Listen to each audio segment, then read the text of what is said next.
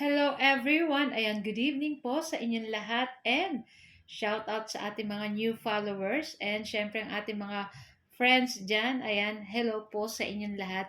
So for today's video ay samahan niyo po ako magluto nitong ating napakasarap na ulam. Walang iba kundi itong ating chicken sotanghon soup at syempre meron pong kapartner na fried pork chop. So tara na guys at samahan niyo po ako magluto and enjoy watching po. Ayan. So sa ating pan, ayan, maglagay na tayo ng cooking oil at pag mainit na ay magisa na tayo nitong ating bawang at nitong ating sibuyas hanggang lumabas yung bango or yung aroma nitong ating bawang at sibuyas. Pagkatapos ay ilagay na natin itong ating kamatis. So gumamit po ako ng 2 pirasong kamatis. Tapos ayan, nilagyan na natin ng pamintang durog at asin para may lasa na yung ating mga sangkap dyan. Tapos ilagay na po natin dyan yung ating chicken. Ayan. Tapos halu-haluin lang po natin iyan. At napakasarap nito guys. Kaya kung di nyo pa natatry, itry nyo na din po. So gumamit lang ako guys ng isang chicken cube.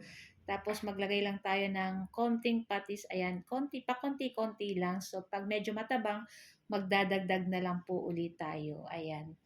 Tapos ayun na nga guys, pagkahalo natin, ayan, hintayin natin nga magtubig yung ating chicken dyan. So halu-haluin lang po natin iyan.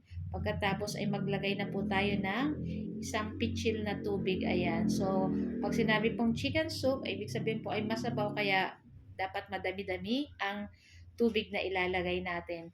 At pag kumulo na guys, ilagay na natin dyan yung ating upo. So yun yung ating gulay na ginamit, upo. Ayan.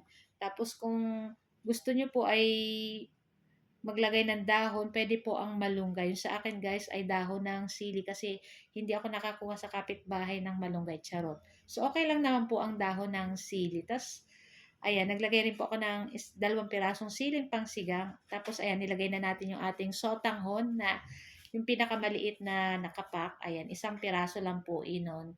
Kasi pag napadami, ay baka maging pansit na po. Ayan. So, dapat isang ano lang po nung sotanghon. So, nagdagdag pa ako guys ng patis dahil medyo matabang pa. So, ito guys, okay na to. Lutuin lang natin dyan yung ating upo at yung ating dahon ng sili. And pagkatapos, iset aside na po natin iyan. Dito naman sa ating kawali, magpainit tayo nitong ating mantika. At pag mainit na guys, ay pwede na nating ilagay dyan yung ating pork chop. So, yung ating pork chop, binabad ko lang yan guys sa kalamansi, paminta, bawang, tapos konting patis at konting asin. Ayan. Tapos, meron tayong breading mix na may harina. Tapos, ayan, pig coat lang natin bago natin iprito. Tapos, ayan na nga, at ilagay na rin natin dyan yung ating natitirang pork chop. So, meron tayong 5 pirasong pork chop. So, malalaki po iyan. Kaya, okay lang po iyan. Tapos, ayan, syempre, babalik na din po natin iyan hanggang maluto or mag-golden brown. Pag ganito, guys, ayan, pwede na po natin yang hanguin. Ayan. So guys, ayan, ito lang po ang ating video today. At kung wala pa po kayo maisip na ulam, ay pumunta lang kayo dito sa aming page ng Mamshi and Reasons para makapag-isip kayo kung anong idea ng ulam. So guys, thank you for watching. Bye! Ciao!